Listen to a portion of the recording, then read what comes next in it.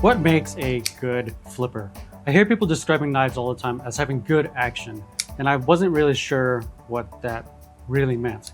Is that they're easy to open? Is it that they're fast? There's so many different things that go into what makes a good flipper, but I think I have at least my own understanding of all the variables that affect the action.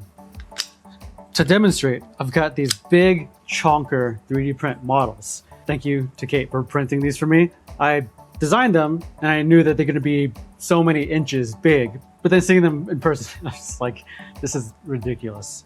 I've got two different geometries. They're basically the same blade, just different flipper tab position. Check out my fancy rig. I've got a mega flipper. I'm rich in bamboo flooring and I made a fixture out of it. Everything just bolts in to the same exact spot. It flips. This might be a questionable use of a drill bit stop pin.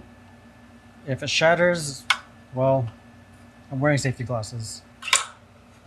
Okay, hold it. Before I get to all the jargon, what exactly is a flipper? A flipper is a type of folding knife design that usually has some sort of tab protruding out that you just press or flick and it just fires it open. As opposed to something with like a thumb stud where you can just open it with your thumb like that. They also aren't spring assisted, but this is one that is spring loaded. You just barely press the tab and it fires it open. So the spring helps open the knife as opposed to this, which has no spring. It's just based on the detent and the flipper tab. Here are the essentials. You've got the pivot here and here where the blade rotates around. You've got the stop pin, which dictates where it opens to and where it opens closed. There is the lock bar, which is a bent piece of metal that wedges up onto the blade, preventing it from closing on you. It's a bent piece of metal on the real one. On the 3D print model, I've put a little spring in there because it's just printed plastic. That's one difference you got to keep in mind.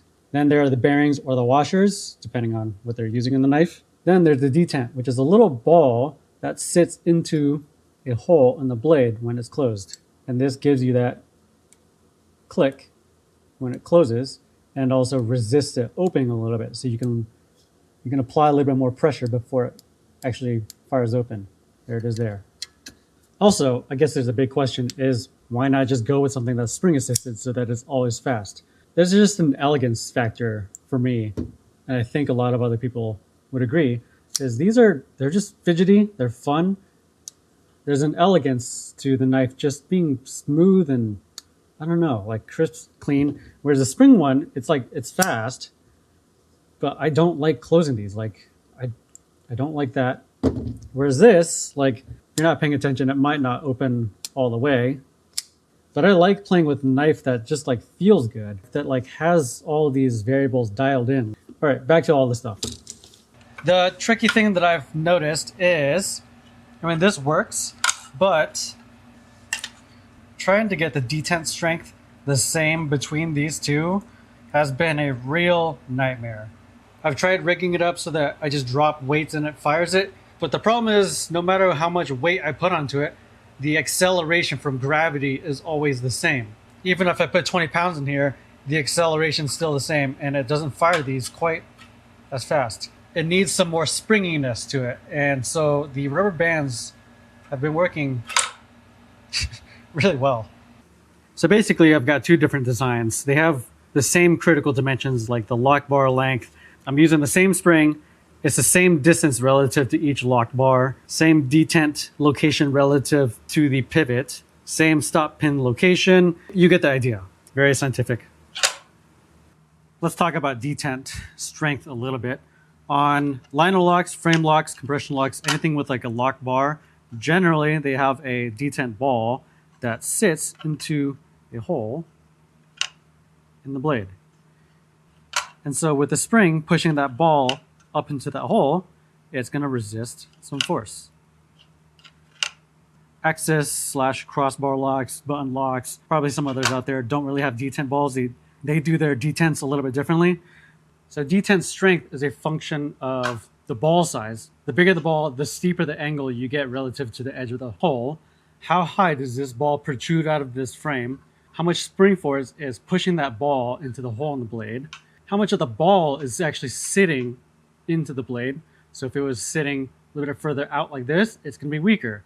There's less of an angle there to resist the edge of the hole of the blade. If it's sitting all the way here, you're effectively getting maximum strength. And so a strong detent is going to resist me opening it, and I get to load up more potential energy. If it was a weak detent, it'd just kind of flop. And then you'd have to rely more on your finger speed rather than loading up more potential energy.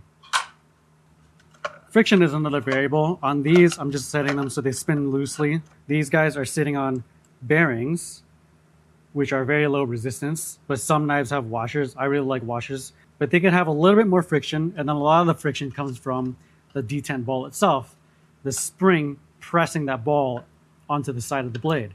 That's where all this resistance comes from. So without that spring, let me press it down, it's free spinning. It'll make it really easy to flip, but there's inherent friction built into the system, which there's a relationship there. The stronger the spring, the more it pushes that ball into the hole, the stronger that detent is, but also the more friction. I'm sure there's some sort of mathematical equation you can calculate. Bearings or washers, that's personal preference. I think that's been argued online forever and ever since the dawn of time. So arguably the biggest factor is flipper tab geometry. Where is this flipper tab relative to the rotation of the blade? In general, the more forward you bring this, the more leverage you get. Essentially, you get more acceleration, but there's a trade-off. I think liner locks and frame locks are the most common locking folding knife out there. If you bring this flipper tab forward and forward and forward, this is the lock face right here. When this is in the open position, when you move this flipper tab back to get more leverage, this lock bar has to go backwards. And there's a balance that needs to be held, because you can't just bring this as far forward as you can and just make the fastest flipper possible. I mean, you can, but what happens when you apply a closing force onto the blade? It's not the most common scenario, but people talk about lock strength all the time, and maybe you do run into that if you're stabbing something or, I don't know, whatever. But if I apply a force onto this blade, watch this lock bar. That's a lot of flex. What's happening is, this is what I learned from Nguyen. As you apply a closing force, this is the point where your lock engages, this furthest point back here. You get a resulting force that's tangential to that rotation. So the force doesn't go straight back.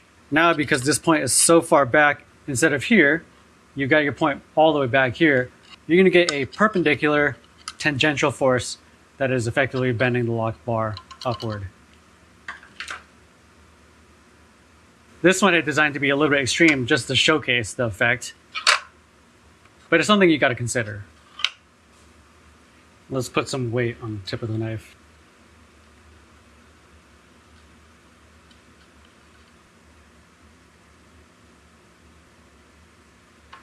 Let's switch to the other model.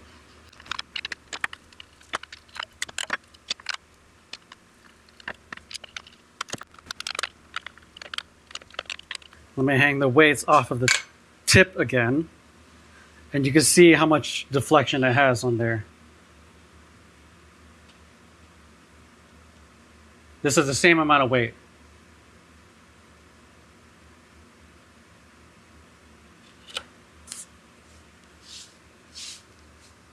And just me pushing on it, now because the force is going all the way straight back, there's so much more rigidity in the system right here. That's what I consider to be an uncompromised lock position.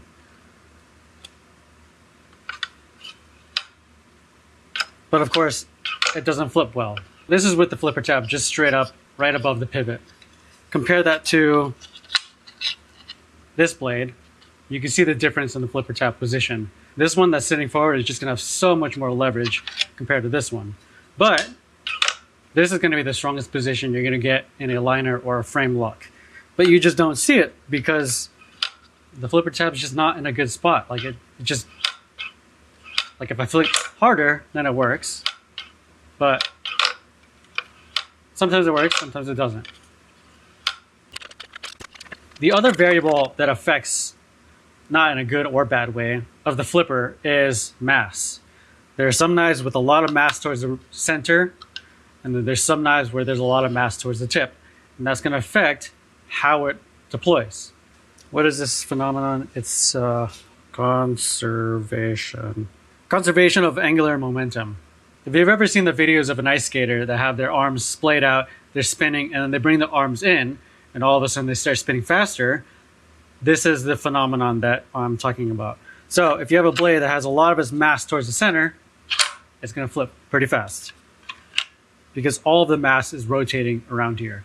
Whereas if you have a blade with more mass towards the tip, let's say it's longer or it's just thicker towards the tip, it flips, but it's slower. It is good or bad. I don't really know if it's good or bad, but it's a factor to consider when designing a knife. Here's where I think the weight can matter. If I put the weight in the center, and I'm just flipping it like normal, it doesn't, if I flip hard enough it does, but like just normal flipping it doesn't want to. But you put it back here, same amount of effort, and all of a sudden it swings all the way out. It's not fast, but it's consistent. So is this good action? I don't know. It could be, I guess. I'm pretty sure there are knives out there with flipper tabs and geometries like this that just, they work really well because they've dialed in their detent, their rotating assembly, the mass, all that kind of stuff. And so you can get a knife that probably flips well with a flipper tab that's just not all the way forward. There's the balance. I think that's the name of the game, is everything is a trade-off.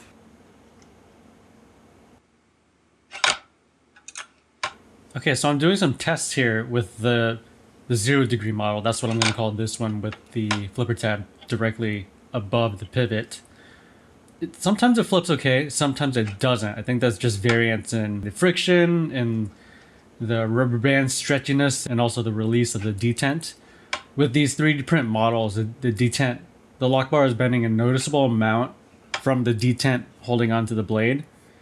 So sometimes it fires, sometimes it doesn't. I think that might be accurate to a real blade too. There's just going to be variances. Okay, so switching to the 40 degree model.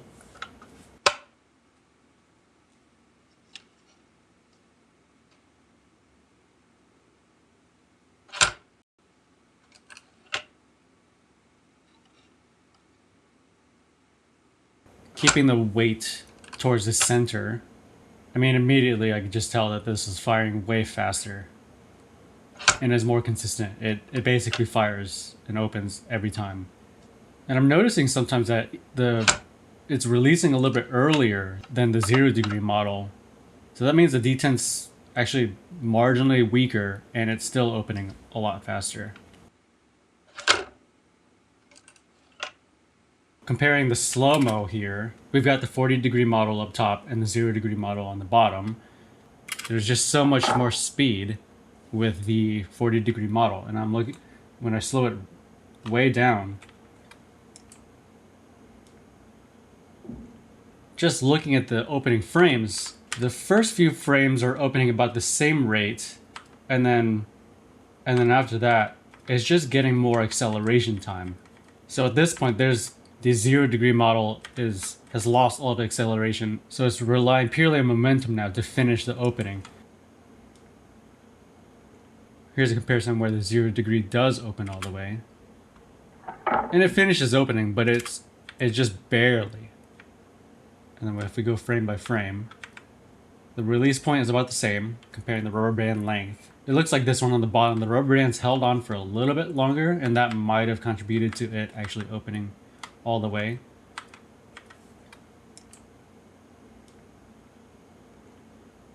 Another thing to consider too is I'm looking, when you consider the forces into opening this blade right here, on the bottom model, the 0 degree model, as you start rotating this tab, your force applied to that tab is still going backwards, but the rotation is now going away from that. So the component of that force is not directly translated into the rotation of the blade, so you're losing some of that force. Whereas in the top model, from here all the way to there, you're getting maximum acceleration, and then you start losing some of that force. Whereas the bottom model, you practically never have maximum acceleration. You have to purely rely on the detent strength and the speed of your finger.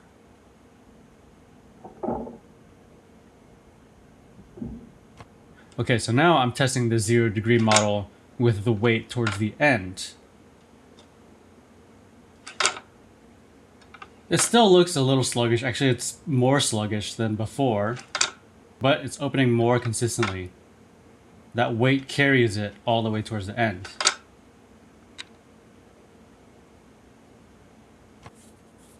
If we're looking at the slow-mo of the 0 degree of the weight towards the center and the weight towards the end, yeah, the weight towards the end just makes a big difference. Looking at the acceleration from initially opening, with the weight towards the center, I mean, it's accelerating out so much faster. I mean, look at that, except it loses steam.